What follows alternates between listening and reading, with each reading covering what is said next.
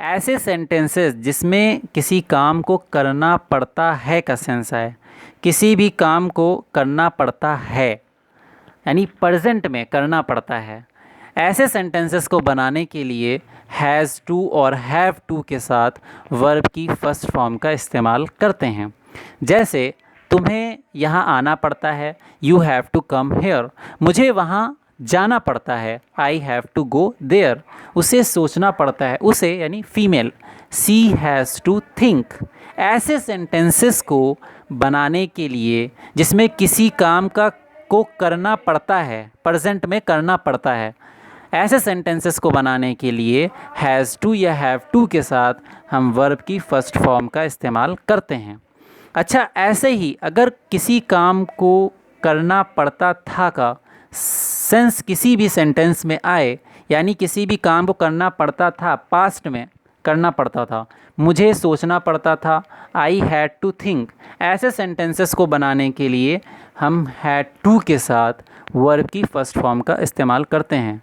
जैसे तुम्हें यहाँ आना पड़ता था, you had to come here. मुझे वहाँ जाना पड़ता था, I had to go there. इस तरीके से हम हैड टू के साथ वर्ब की फर्स्ट फॉर्म का इस्तेमाल करके बनाते हैं। इसको हम आगे एग्जाम्पल से भी समझेंगे। दोनों में फ़र्क ये है कि जहाँ पे था का सेंस आएगा वहाँ पर हम हैड टू, और जहाँ पे पढ़ता है का सेंस आएगा वहाँ पर हम हैव टू या हैज़ टू का इस्तेमाल करते हैं। हैज़ का इस्तेमाल कहाँ होगा और हैव का इस्तेमाल कहाँ होगा, ये आप बेसिक इंग्लिश लर्निंग में सीख चुके होंगे।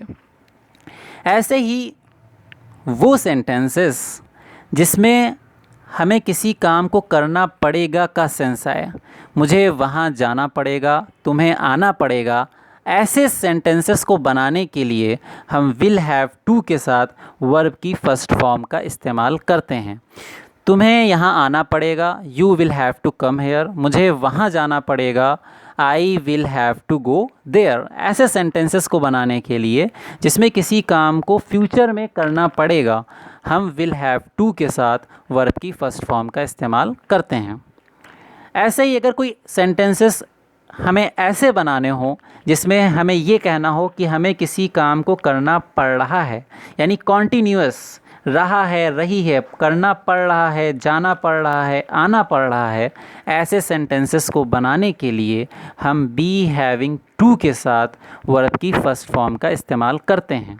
ये आप पढ़ चुके होंगे कि बी की present form am are is इस तरीके से इस्तेमाल होती है और बी की पास्ट फॉर्म वाज और वर होती है, जिसको हम एग्जाम्पल से आगे समझेंगे। जैसे मुझे सोचना पड़ रहा है, I am having to think. आपने देखा कि यहाँ पर आई की प्रेजेंट यानी बी की प्रेजेंट फॉर्म एम है। ऐसे ही तुम्हें खाना पड़ रहा है, you are having to eat. तुम्हें खाना पकाना पड़ रहा है, you are having to cook. हम ऐसे सेंटेंसेस को be having to plus verb की फर्स्ट फॉर्म के साथ बनाते हैं, जिसको हम आगे एग्जाम्पल से बहुत अच्छे से समझेंगे। ऐसे ही अगर हमें किसी काम को करना है का सेंस हमारे सेंटेंस में आए, मुझे आना है, तुम्हें जाना है, मुझे खाना है, ऐसे सेंटेंसेस को बनाने के लिए हम am to are to plus verb की फर्स्ट फॉर्म का इस्तेमाल करते हैं।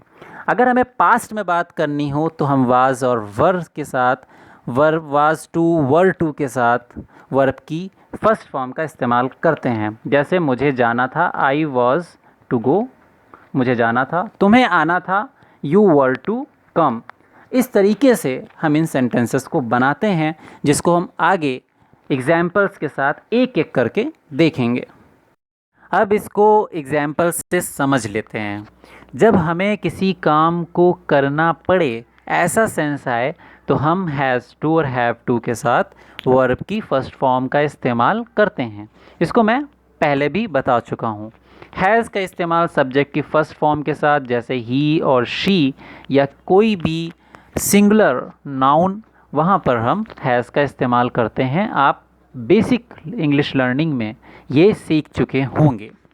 जैसे उसे ऐसी तपतपाती गर्मी में आना पड़ता है, he has to come in such a blistering heat. मुझे ये करने के लिए सोचना पड़ता है। I have to think to do this.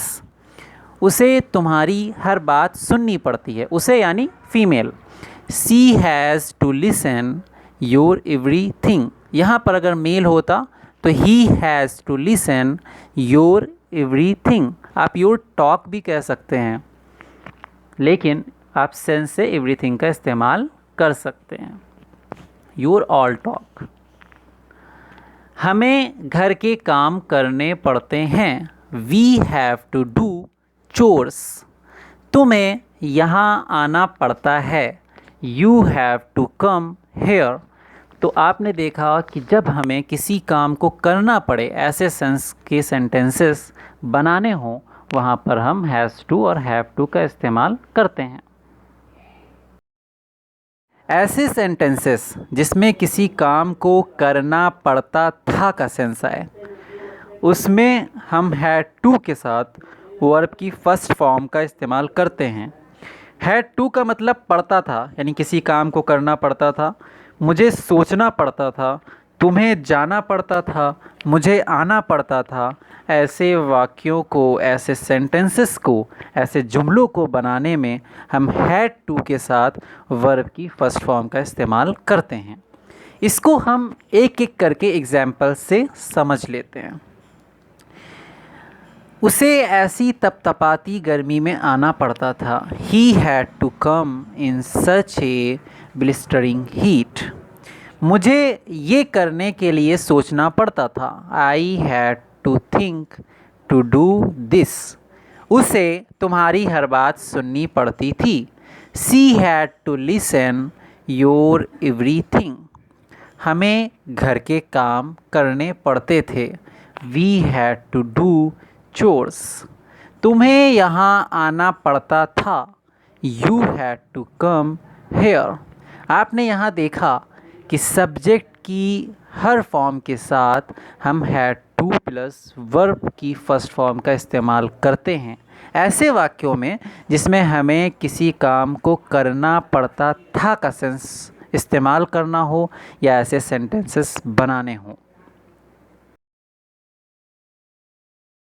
ऐसे सेंटेंसेस जिसमें किसी भी काम को करना पड़ेगा ऐसा सेंस आए, उसमें हम विल हैव टू के साथ वर्ब की फर्स्ट फॉर्म का इस्तेमाल करते हैं।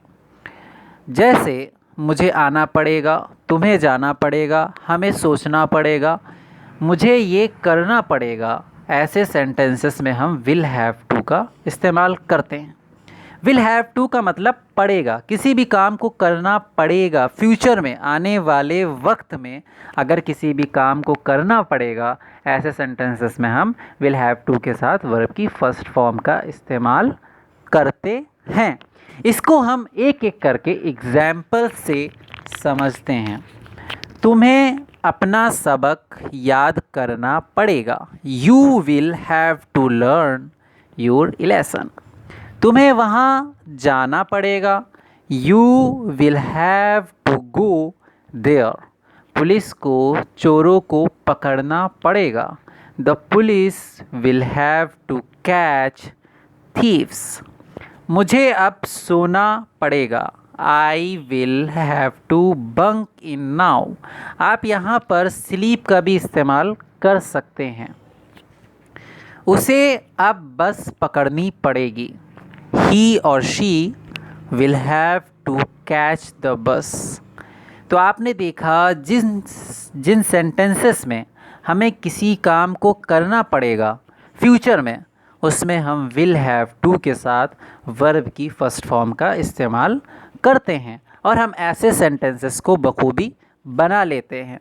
एक चीज़ और हमें ये ध्यान रखनी है कि जब हम ज़रूर का इस्तेमाल करते हैं, मुझे ये काम ज़रूर करना पड़ेगा या मुझे ये काम ज़रूर करना पड़ता है या तुम्हें ये काम ज़रूर करना चाहिए, ऐसे में हम मस्ट का यूज़ करते हैं, जिसको मैं एक सेपरेट वीडियो लेक्चर में आपको समझाऊंगा और आप हमारे इस चैनल से उसको देख सकते हैं। ऐसे सेंटेंसेस जिसमें किसी काम को करना पड़ रहा है या करना पड़ रहा था का सेंस आए, उसमें हम बी प्लस हैविंग टू का इस्तेमाल करते हैं और इसके साथ में वर्ब की फर्स्ट फॉर्म का इस्तेमाल करते हैं। ये बात आपको बेसिक पता होना चाहिए। दूसरी चीज़, बी प्लस हैविंग टू का मतलब किसी भी काम को करना पड़ रहा है। मुझे जाना पड़ रहा है, तुम्हें आना पड़ रहा है, मुझे सोचना पड़ रहा है, या ऐसे ही पास्ट में उसे आना पड़ रहा था, तुम्हें जाना पड़ रहा था पास्ट में। इसमें हम was verb plus having to का और वर्ब की फर्स्ट फॉर्म का इस्तेमाल करते हैं।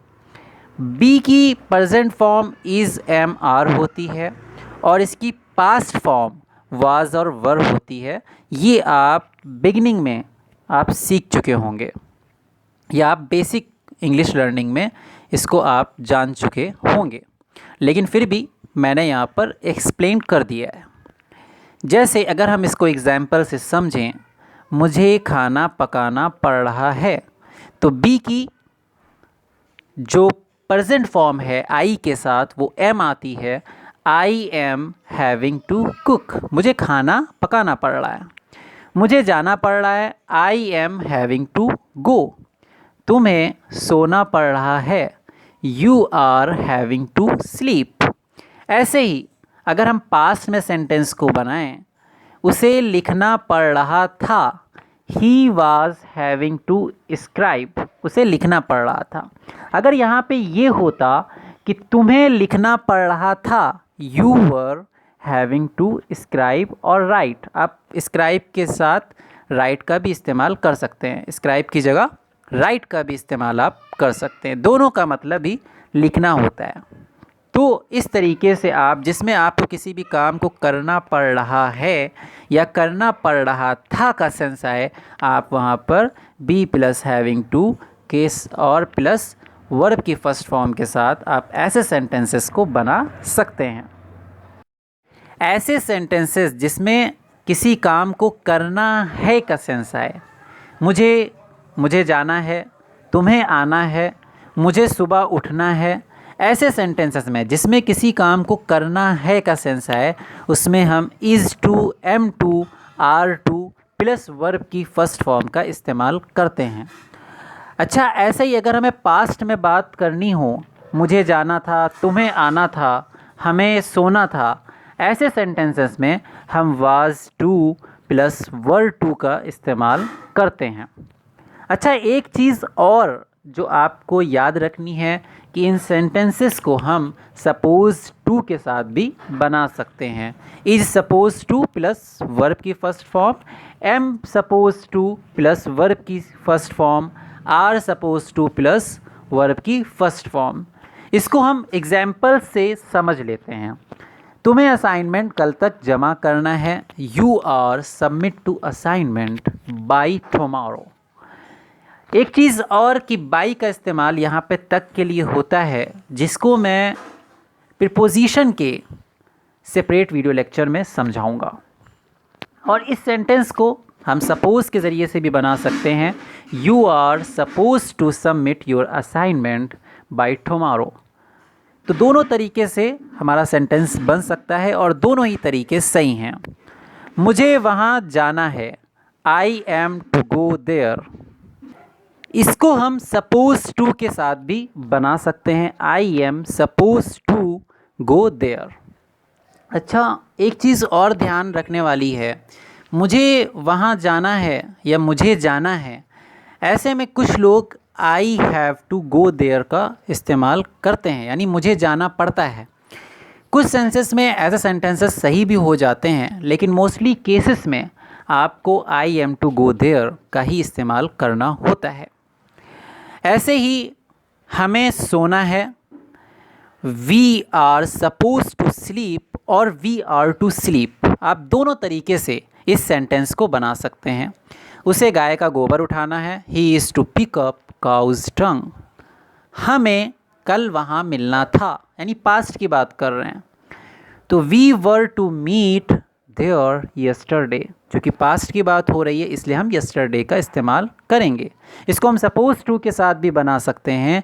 We were suppose to meet there yesterday, उसे सोना था। ही वॉज टू स्लीप और शी वॉज टू स्लीप। इस तरीके से हम इन सेंटेंसेस को बना सकते हैं। उम्मीद है कि आप आज का ये वीडियो लेक्चर देखने के बाद has to, have to, will have to, be having to का सही से इस्तेमाल कर पाएंगे। अगर आपको ये वीडियो अच्छी लगी हो तो आप लाइक और सब्सक्राइब ज़रूर करें ताकि हम आगे और भी ऐसी वीडियो लाते रहें।